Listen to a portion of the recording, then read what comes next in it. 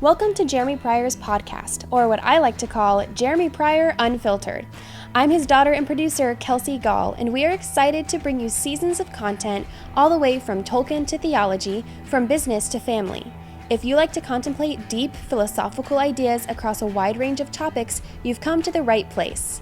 Make sure you give us a follow so you don't miss out on future episodes.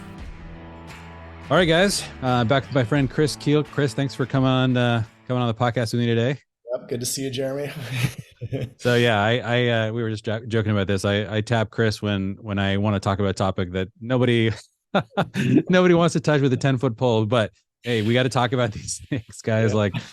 And one of the things that's cool is I feel like things are getting a little bit more open. Like we can have conversations a little bit more broadly.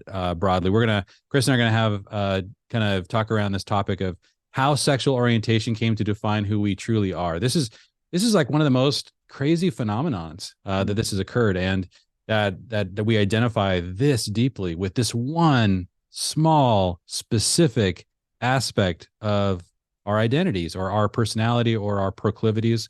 And so I wanted to read this. These are some thoughts, guys. We're practicing thinking out loud. Please have grace for Chris and I. We don't claim to know everything, but we do believe in conversing about it, just about everything. So and that's really important. So let's we're going to dive in, and I'm really excited to get Chris's thoughts on this. So how sexual orientation came to define who we truly are. All right, our culture has gone on a journey where we've ended up in a strange place that would have been difficult to predict decades ago. A new religion has arisen, and perhaps its most sacred doctrine is the requirement to automatically affirm anyone's identity if based on the person's internal sexual feelings. To raise questions on this point or refuse to affirm a person's identity in this area is even becoming illegal in a growing number of places.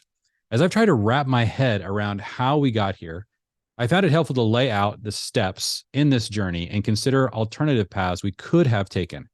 One reason for charting this journey is that when you become lost, often the only way to find the path is to retrace your steps. So here's one way to chart how we arrived at this surprising place. Okay, number one, individual freedom, defined as removing every limit on my choices, became the preeminent Western value. So this one thing, really, we fixated on our top value. So when church and state separated, this did not remove religion from politics. Instead, a new hidden religion of self-expressive individualism began to emerge. Because it wasn't a formal religion, but instead simply an unspoken article of faith, it became impossible to have an equal debate between religious beliefs. This is a kind of a real key point that when you get down to somebody's sort of axioms, their deepest, most foundational held beliefs, you're really dealing with a religious category. And there's just been a dishonesty or a desire not to obfuscate that reality. So that's what I'm describing here as the first step. So what went wrong? When the faith of millions of intellectuals began to weaken due to the theories about the origins of reality that no longer required belief in a transcendent God revealing his will through a book, a values vacuum was created that had to be filled. We chose to fill that vacuum with faith in individual freedom. This assumption holds that the deepest ills of our society, and every society, are rooted in a lack of power that individuals have to fully express themselves. Structures that put limits on uninhibited self-expression had to be dismantled. This cancer took hold in the 1960s, but would take a few generations to metastasize into a culture-destroying force. So that's kind of what went wrong, where things kind of started going off the rails. And then an alternative path. Okay, what could we have done? Okay, we could have admitted that religion is everywhere, and that if we wanted to maintain a pluralistic society, it would still be important to reveal and discuss our differing faith commitments on an even plane. There is really no such thing as a secular person. Mm-hmm. This would have provided a framework for respecting values derived from diverse religious convictions. Instead, we imagined that there were transcendent values apart from faith commitments, and this made a secret religion of self-expressive individualism. Because it was a kind of subconscious faith, we were unable to debate a hierarchy of values that could restrain its excesses through counteracting values like that come from more traditional faiths, counteracting values like loyalty, humility, grace, and truth. Okay, so this huge value of self-expressive individualism because it's based on faith, there's nowhere you can find that. You can't prove that that's the foundational value, but people were adhering to it like they were, like you would a religion. But because we didn't put it in that category, it created this very asymmetrical inability for us to have a equal conversation. All right. So that was the first move. All right. Second move, individualism began to fracture the family. Okay. If my deepest problems come from limits placed on my freedom to express myself as an individual, it's difficult to find a bigger obstacle to this kind of freedom than the constraints of the traditional family. So what went wrong? Because the government was infected by the hidden religion of individualism, it became obvious to pass laws that favored the individual at the expense of family stability. No-fault divorce laws, greater funding for single-parent households, and state-subsidized promotion of the faith of self-expressive individualism in universities were a few of many factors contributing to a skyrocketing divorce rate, never seen before in Western civilization. So we kind of did not have a collective cultural appreciation for the traditional family. And because of that, there was a collective sort of cultural appreciation for individualism. And so you just had the scales tip just massively in one direction. Okay, an alternative path. The word family does not appear in the US Constitution. Our foundational laws and rights are entirely founded on the sovereignty of the individual. We could have articulated the rights of the family and further spelled out responsibilities within the structure of the family. For example, today a man can father children with 10 different women, abandon them all, and put an enormous burden on the criminal justice system without bearing any responsibility for destroying the lives of those children. That's just one example. So if you look at a lot of ancient legislation like Roman law and other places, the family is an enormous part of the legislation. It's really interesting that in our founding documents, the word doesn't even exist.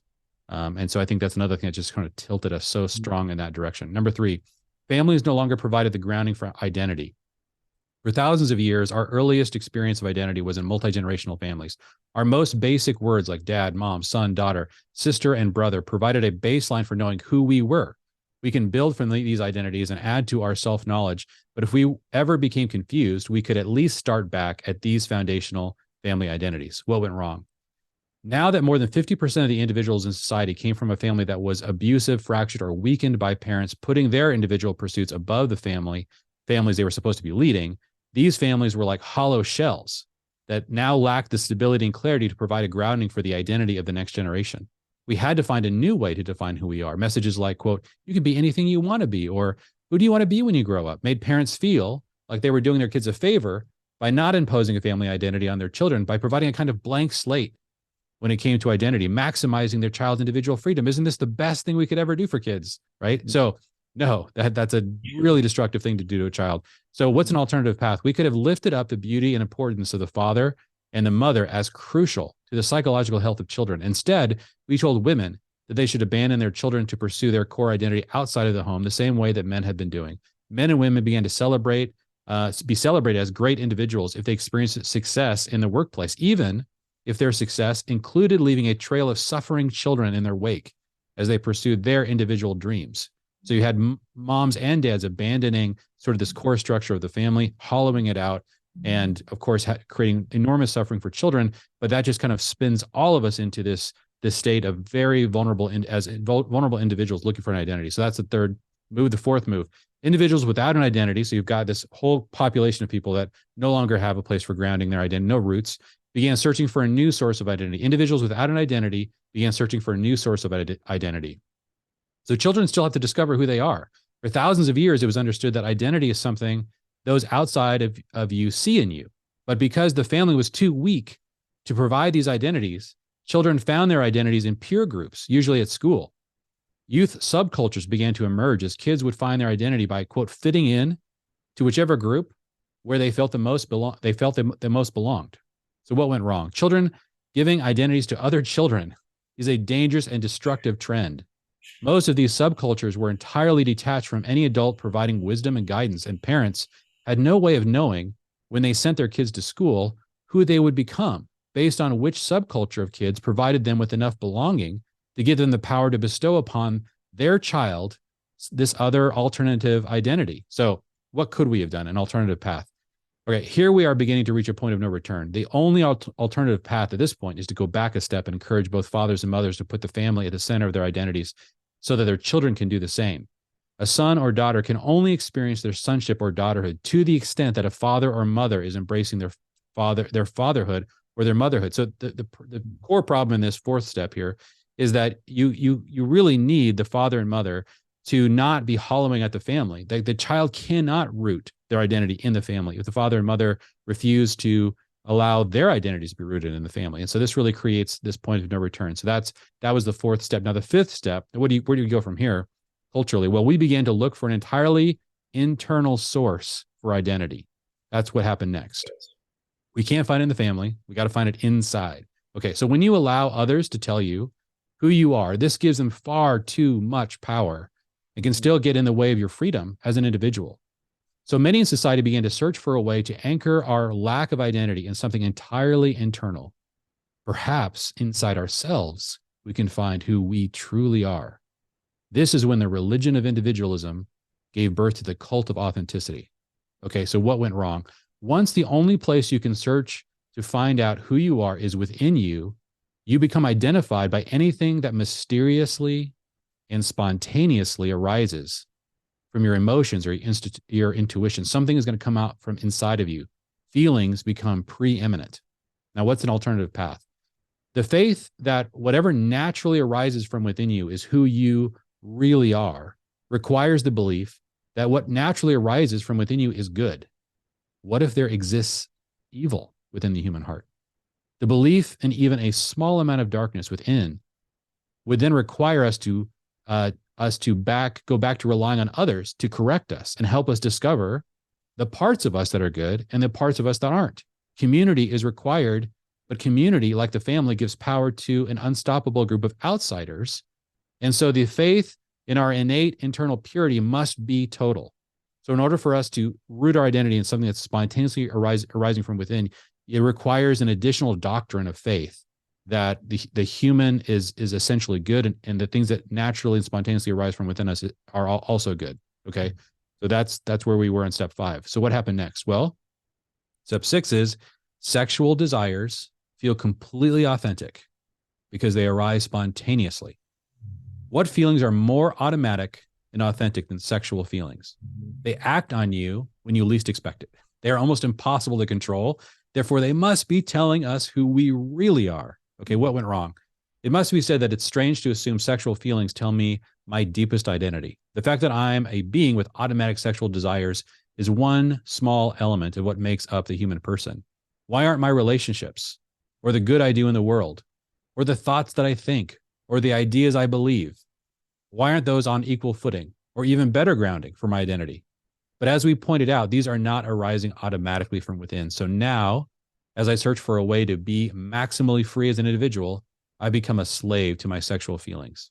Okay, what's an alternative path? We must admit that identity is complex, and relationships and beliefs and choices are often a deeper description of who we are. All right, so the last step, 7, sexual orientation then became the foundation of identity as an article of faith, and therefore can never be questioned. Because there's no proof that sexual feelings are the grounding of our identity, and there remains this power that outsiders have to influence my feelings, and that's my identity, so I got to guard myself from that. We must find a way to force everyone in society to affirm my sexual identity as my true identity. To have even one influential friend or adult deny my identity is to cause me to experience a cascade of existential confusion. So what went wrong? Ironically, this requires us to consider passing laws to limit an individual's freedom. So going full circle, to say what they think because it could destroy another individual's freedom, to have a fully self-referential identity. So we've got to force other people to affirm our identity as our sexual identity. This is the moment when the serpent eats its own tail, because again, it really violates one of the first principles that kind of sent us down this path, right?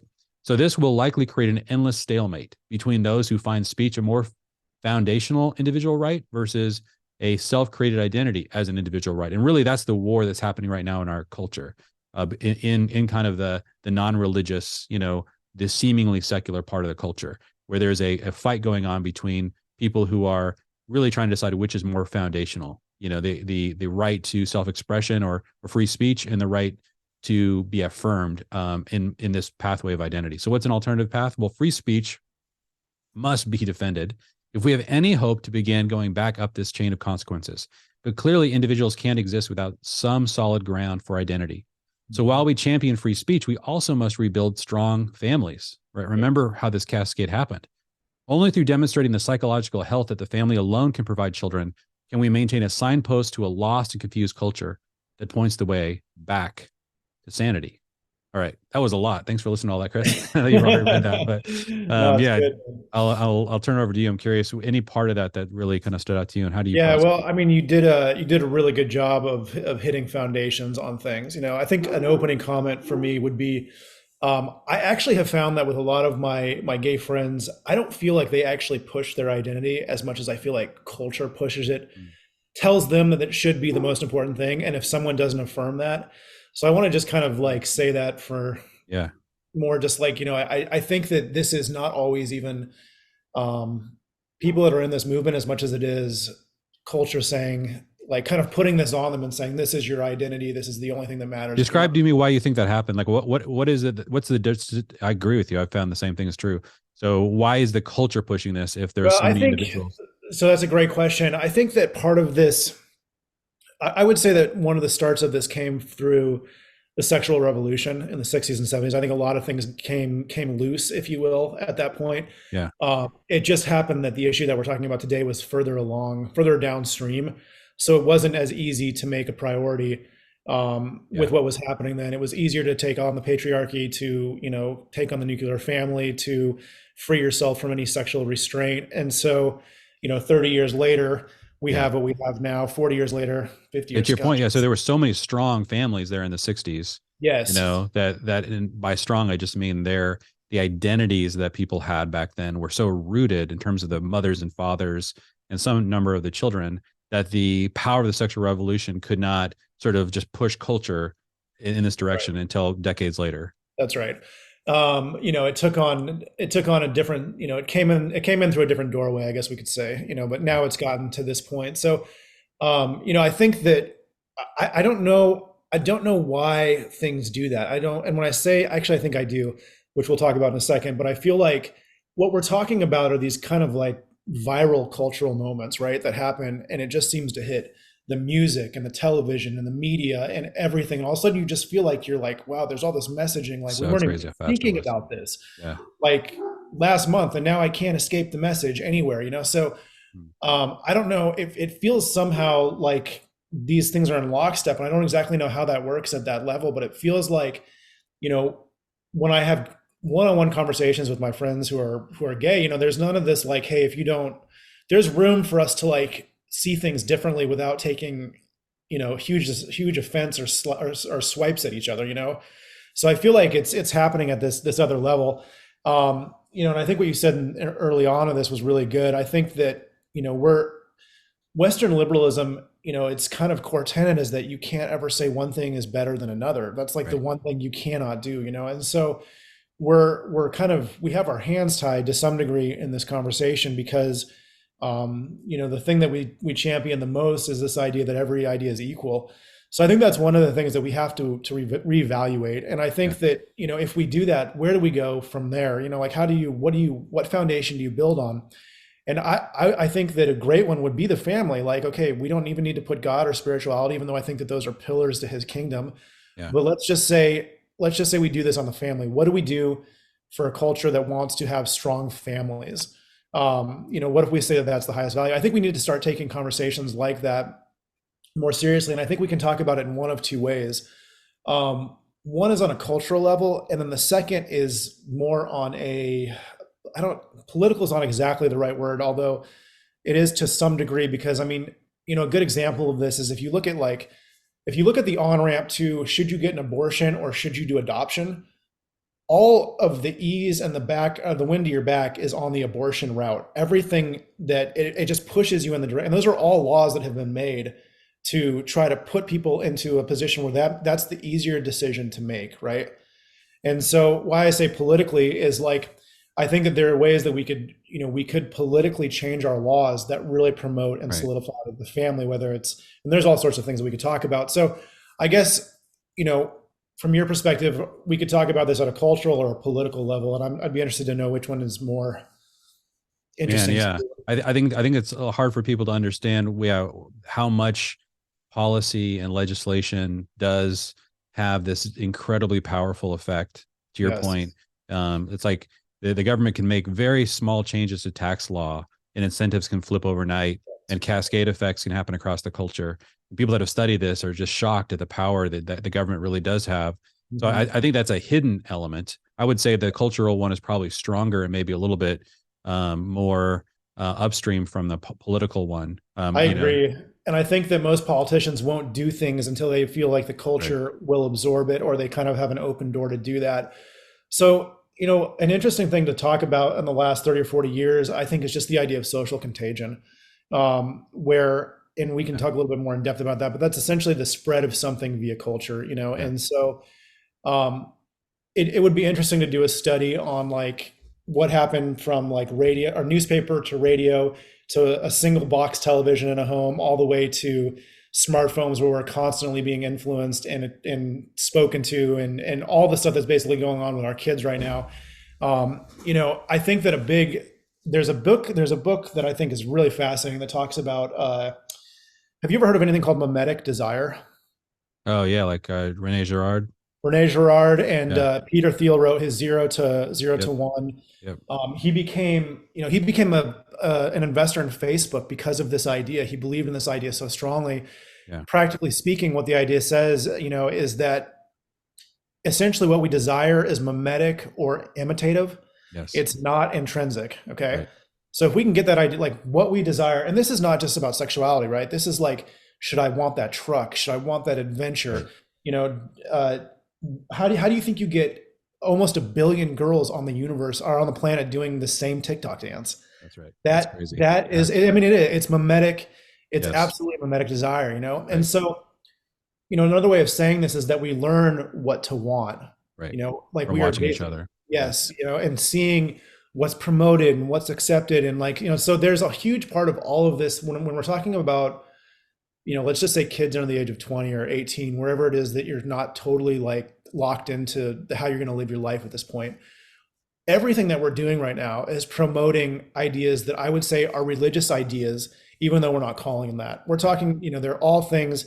And not only that, they are disincentivizing all ideas that I would say are worth promoting, So I feel like on some level, a big part of why we're seeing what we're seeing to the scale that I think I read some crazy study the other day that was like 1 in 5 kids under the age of 18 is connected to some part of the LGBTQ movement, And I think to some degree, some of this, they see that there's kind of like it almost feels like a tattoo when tattoos first came out, or an earring or something that's like, this is just a unique part of like, Yeah. it's also my identity, but I'm seeing all these other people doing it. I think and tattoos are a great example because they have both components. They have the social contagion component, yes. and the lack of identity and desire to somehow adopt an identity, and Totally. and yeah, and just so there's a vacuum at the center of the human soul when we don't actually know how to form identities. Like Yes. I have a ton of sympathy for this problem because Yes. the answer can't be just be nothing. Totally. Like I don't identify with anything. Need a blueprint to revise your family to be a multi-generational team on mission? The book, Family Revision by Jeremy Pryor, is the book that summarizes all the big picture ideas you hear on this podcast. Available on Amazon or familyteams.com. Totally. But I do think that we're not being honest about the challenge that this is creating. And I think the way that like where as you're describing, like this is essentially religious. I think so. I think upstream from sort of the mimetic contagion that occurs in a culture is the sort of the philosophers, the people, guys like Peter Thiel or Rene Girard, who can actually see through a lot of these contagions and say, what are the what are the basic principles and doctrines that actually are undergirding this movement that's going to open the door to this massive contagious spread of this meme that's going to really overtake culture. And I think that if you go upstream enough, and this is why I kind of I decided in the kind of essay to go all the way back up and say, I think this maybe started when we weren't being honest that these are competing religions. Yes. I think that if we, like, every time I hear people describe like something as being religious, you know, obviously there's one definition of that word, which is having an organized religion around, you know, some articles of faith that can't be proven or something, that really are, you know, centered around a transcendent idea of God, or, you know, like that's sort of the accepted definition. But I think that that's why some people have really promoted this idea of worldview, or because if we seed the ground and say, well, we have a religious conviction, but what you really have is rationality and science, you know, like you've already lost the argument. It's like, totally. You know, and so, but that's the problem, is there is no such thing as rationality and science without some basic presuppositions that are essentially articles of faith. And I think that they're just not being honest about what that article of faith is. And I think one of the articles of faith that is at the foundation of American culture and Western culture is this idea that self-expressive individualism, like more individualism always leads, you know, to more freedom, which always leads to more thriving, and the good life and utopia is always sprinkled more freedom, more self-expression, more individualism, more. I think individualism is an important component. I think laws they give individual freedom are critical. I believe in individualism, and I think that there you can have a familyism that's way too constrictive in a culture. But I think that we just went 100% one direction, and we are now, you know, decades or almost centuries into this experiment, and like there's no breaks, and it just keeps going. And now we're at this crazy place where it's like, you know what the way to get more freedom is just more individualism, or, you know, it's like we got to pass, you know, and that's what's super ironic. I'm saying is that now you're passing laws to create more individualism. It's like, okay, guys, this is like totally, dude, doesn't work. Like, yeah, there's a book called Running with Scissors, which I wouldn't necessarily recommend anyone to watch, but it was a New York Times writer. It was his biography. It's a true story. But he grew up in this basically home with this psychologist who they were always like experimenting with drugs and sexuality and all these things. And by the time he was like 20, he has this just breakdown. He's like, why couldn't you have just given me some guidelines? Why couldn't you have just like, you know, and culture is at that point. It is at that like breakdown point. They might not want to admit it. Some of them will, but they're at that point where they so badly just need, like, what are the parameters? Like, what are the boundaries for life, you know? But, and this is an interesting thing, you know, like, because obviously, like, I don't think that you can legislate. I don't think you can legislate in the heart of people. You know, I mean, legislation is not going to change people's hearts. I do think that we're in an interesting place where I think as a country, we kind of have to decide what kind of country do we want to be. And, you know, I think I'm definitely, you know, there was a time in my 20s, I would have definitely promoted much more of a individualism and libertarian way of viewing the world. And in some ways, I'm very sympathetic to the libertarian ideas in a lot of ways. But I think we also at some point have to be willing to say, like, there's something of more value than ourselves that we need to protect. And I'm fine with making it the family. I think that's probably outside of God. I think it's the next best thing. Obviously, we're not going to try to legislate, you know, a particular religious set of convictions. I think what's interesting is where the fight actually starting to center is around children, not necessarily family. But I do think that you can start. There's a really fascinating alliances that are forming around. Okay, what are the limits to how much you can impose an ideology onto children? Now, I think one of the problems, like, and I every time we get into these conversations, one of the things I wish we would do is we got to keep going upstream a little bit, because, you know, how did we get here? How do we get to a place where we're now having a fight around what we can teach to a 5-year-old or 8-year-old or 10, you know, like what age and what is age appropriate? How do we normalize individual identity, like particular ideology on individual identity on young children? And man, this is to me kind of unfortunately, in some ways, this is a public fight because there's public schools. And I think I really think that's going to be the front lines for years of where this is going to play out, whether or not your kids are in those schools or not. I think that the culture has to decide what what is appropriate for children. And so there's going to be a fight about the nature of truth and the nature of identity. And if it's true that identity is your core identity is your sexual feelings, and you can identify sexual feelings that could emerge in somebody, let's say, whether or not so an adult is really discovering who they really are as, in a, as a non-binary or in some kind of transsexual way, then it seems like if that's who they truly are, and that's the core of what makes them individually free is them being affirmed in that.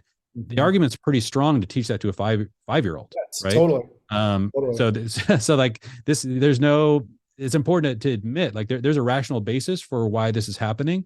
And we have to kind of keep going upstream and say, okay, but is that because now what we're going to actually fight about, and I think this is where I don't see the conversation going very often, is, okay, you're having these feelings, whether, this person feels heterosexual feelings, this person feels homosexual feelings, this person has questions about, their gender identity. To what extent is that your identity? And to what extent does the affirmation of society make you more free in that? But we sort of seeded all of those things. And now we're at a very strange place where it's going to have a direct impact on children. It's already had a massive impact on culture. It's had a massive impact on individuals who are trying to find an identity, which is an enormous number of people who are lost and confused about who they are. And so, this is like, we're not getting to the root, and that's kind of what I'm wrestling with. I really want to know what the root of this this is.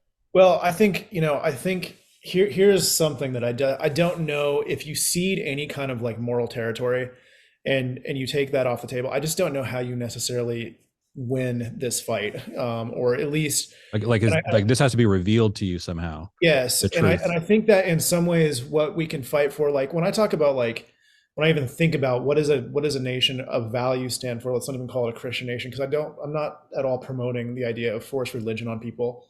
I do think as a culture that we can choose what we promote. Like I really do feel this way. I feel like we have a choice on what, I'm not saying outlaw things, make things illegal, but I think we do have we have a choice. I mean, society is an algorithm. It really is. Like what we put into the algorithm, what we promote, what we are putting in front of children, what we're that's all like an algorithm, And so I think that we do have a choice at that layer to influence and to fight for things. I'll say it that way, And so I don't know. I mean, I'll tell you that the only conversations that have ever felt real and honest to me out of like a one-on, because I feel like this is the kind of thing that, like, I'm only comfortable fighting a fight like this at an institutional level, because I actually feel so much compassion for people that are dealing with this kind of stuff, and I see, I see the brokenness and the confusion it brings, and I know that they're fundamentally just like totally lost in this place, and I know that even the people that are fighting to teach this stuff to kids, I think that they probably think that they're doing the right thing, and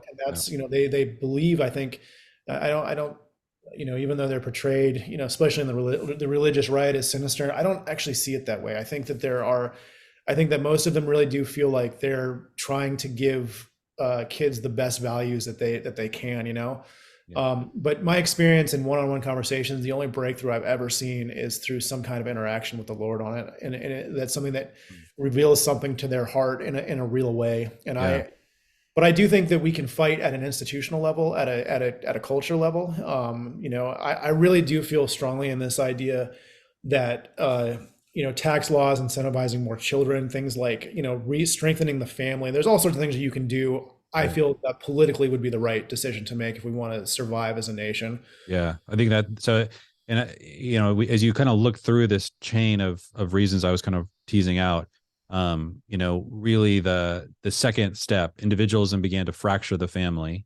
I think that there was capitulation that happened at that step that we could go back to, and in this third step, families no longer provide the grounding for identity. Now I think that what I imagine, somebody who is not in favor of this, that like actually likes where we're headed, I think that the argument against the family is always going to be it's an incredibly unequal institution.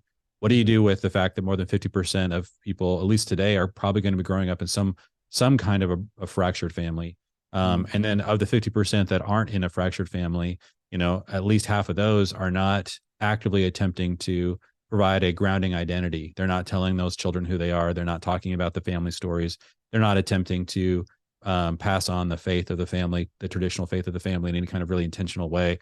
And so I think that it's important to say, look, I agree with you. In some ways, there's a little bit of we have to sort of say what the solution is, even if it's really difficult and maybe even unlikely, and say, hey guys, there really isn't a plan B. Like if you destroy the family and children are not given an identity in the family, then they're going to go and find another identity.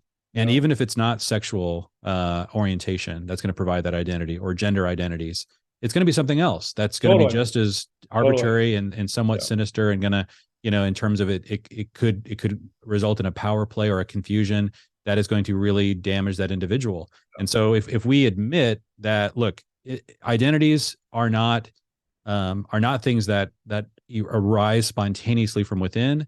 They are negotiated between in the context of deep relationships with people. Yes. So your friends, your community, your family, like all of these different groupings of people that are closest in your life need to be given a vote. And if their vote is, I don't really see you primarily as, non-binary, or I don't primarily see you as, the same sex attraction you feel. I don't really see that as core to who you are. I see you as a, in our relationship, you're my son, you're my daughter, you're my friend, like you're a good friend, like you love people well, you serve people. Like, this is a very different way to think about who we are. Yes. And what it does inside of you as in your identity is it strengthens the bonds you have with people. But the problem with that, of course, is that then it gives those people power over you. And what happens if they're toxic? What happens if they're fallen? And sometimes they're abusive, and sometimes they'll use that power in ways that really, and so you do have to sort of cede and take the risk of, sort of giving part of yourself over to this person who's given a vote and trying to help you form your identity. And that can be extremely scary. And I think, but again, the question shouldn't be, is that dangerous? It is dangerous. The question is there a better idea? Is there something else that works? Is there a plan B? And I think when we just think there is, and we just try to run out and explore and figure it out, you end up with where we're at now, going all the way down this train that says, basically, the most important thing about you is your spontaneous sexual or your spontaneous gender feelings. Yes. I think that's really good. I agree with that. No solution, no earthly solution is free of risks, right? Yeah. So we have to choose what's the one that we think, is the best, even with all of the downside and risk that it's going to include. And I think you said something that's really interesting, because I do feel like, the messaging right now, as we've kind of talked about a few times, that sexuality is your identity.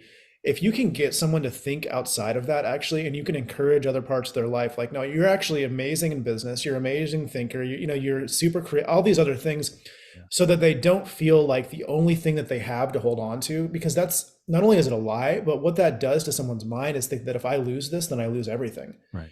And, but if you're able to encourage these other aspects of who they are and build those up, to at least an equal, if not more level, I think that people actually find, well, I could let go of that to some degree, and I don't feel so afraid of letting that go, because I realize that that's not totally who I am, Yeah, man. Yeah, I agree, man. That's a good word. We can, I don't know if there's anything else that you would sum up. Go ahead. I think it's really good. I do think that these are important conversations. I actually feel like this is like a civilization defining question. I don't, we're really at kind of full tilt messing with the fabric of, I think, some really basic biological realities and truths. And if we don't figure that out, I just think it's the first line in the physical universe, I feel like, is the family. Yes. Yeah. I think we have to have a very sober, sober mind about what we're messing with. Like, no one's ever tried to build a whole civilization on the grounds that we are hurtling towards, and not only saying it's the best, but we will shut down anyone who has an alternative opinion. Yes. That's very crazy. Like that's where things get really crazy, because it's one thing to think this might be the best way to go, and let's experiment, and like, I'm just going to vote this direction. I'm going to believe this direction. It's another thing to say, I believe this so much, this thing that's never been tried, this thing that that I'm going to shut down any opposition because, Yeah. there's a revolutionary evangelical zeal that's sort of propelling this trajectory. Totally. That it's like, whoa, whoa, whoa. Like, I mean, I have a evangelical zeal towards the trajectory that I think is best in the world. But I know I need to put a governor on that when I'm dealing with Right. other people and Yes. society as a whole. Totally. And we all need to be careful there. Yeah. And so, yeah, like, don't be so confident, be Totally. careful what you wish for. These are zealous times. They are. Oh For man. better or for worse. I don't know. I think that we can all get caught up to it in unhealthy ways sometimes. Yeah, I don't know. I think this is really good. And I think too, this radical individualism, it goes for more than just the people that we're talking about today. Like we can all fall into some level of this, So I think that one of the things, I don't know, I just feel like, this walking with the Spirit means that we're totally exposed to the Lord in all areas of our life. No one's free from the edge of the Spirit, the sword of the Spirit that Yes. really does cut things on all of us. So we're talking about this one aspect of culture, but I do think it's important to recognize that individualism, I think, is in all of us to some degree. That's right. It maybe just plays out in a different way. Yeah, it's very complicated. You can make an idol out of any identity. Like I could Yeah. say, oh, fatherhood is who I am, and it's the most important thing about me, and I'm going to promote, and I'm only going to live into that identity. Yeah. And I really think the proper hierarchy of identities is really critical. Like I need to think of myself more as a son of God, my Father, than I do a father of the Pryor family. And to the degree that I, as a subject of the kingdom of God, and all of this, and I'm so grateful for every one of these identities. Like I think that totally. I think they're beautiful. I'm so glad I have, I'm happy to be a man. I'm happy to, I'm happy about all these identities. I do need to order rank them properly. Yes. I do need to say, like, my commitment to Jesus as Lord, that's like that for me is a confession of faith that grounds me the most in terms of my identity. I'm a disciple of Jesus. I follow him. I am a son of the Father. Like I experience my sonship as a part of this. I'm a member of the family of God. I am a husband and I am a father and I am a son of my parents. I am a brother and I'm a friend. Like, and this like list of identities. It's instead of saying like, no, we're going to force this one to the top and then we're going to tell everybody else that like that's what is the most important. We're going to pass laws like, hey, I want to have a conversation about like, what, it's there. It's like maybe number 20, and I don't particularly think that it should it should sort of dominate the way you think of yourself. Yeah. Oh, and then bam, you're gonna be fired as a psychologist. You can't work in this state anymore. It's like, wait, like this is a really hard thing to figure out. So Totally. yeah, like the little humility, I think, on whether like how well we know these things. That we got to negotiate this because Totally. I have my opinion, but like let's talk. Yeah, and I do think that the negotiation aspect is really, really big, especially actually, it's probably not more important ever than when you have times of conflict. Yeah. Because, and I think that that's, that's just a problem across the board right now. But I do feel like maybe we've taken a turn to some degree. What made you say that earlier? What's the thing that that made you feel the free speech thing is maybe lightening up a little bit? Yeah. Well, it feels it's the weird hesitation, that I think we all feel right now about saying things that like there's a weird heresy law. Yeah. Like there's a sense of impending blasphemy or heresy against a religion that no one's ever clearly articulated to me that I'm now being forced to adopt. And I'm like, wait, like I can't imagine something that violates the First Amendment more than that. Totally. And I think that, yeah, so we need to, and this is happening. Like I described, there are people, professional counseling that are being told, if you do not affirm somebody, if you want to negotiate with them or give them an alternative idea about maybe where this identity falls in a hierarchy of identities, you could lose your license, Totally. And so I'm like this is not good. So yeah, this is a real helpful conversation, Chris. I appreciate you. Like, man, I know this is an intense topic. Yeah. I need help. I need conversation partners to help me. This is the practice of trying to figure out what we believe. And if people are listening to this and they're like, Jeremy, I could not disagree with you more. Like, and in good faith, I would love to talk to you. Please talk to me. Like I would, we can have a conversation about that. We can do a podcast. I don't, I'm very open and very interested. I do want to have good faith conversations. In other words, I want people to talk to me that are, that are open-minded and want to like have a genuine dialogue and not, trying to get like just one point across. Like I think part of this is, I know there are elements of my thinking that have got to be off. And so if we're both thinking that, and we both are willing to have those conversations, I do want to keep that door open and continue to refine, what is true about this and what is the best negotiation path forward. Absolutely. It's so good. Awesome. Thanks, man. Thanks for talking about this. Yep. Thank you for listening to Jeremy Pryor's podcast. Make sure you hit that follow button so you don't miss out on any future content. Follow Jeremy on Twitter and Instagram, as well as his Substack blog, all linked in the description. See you next time.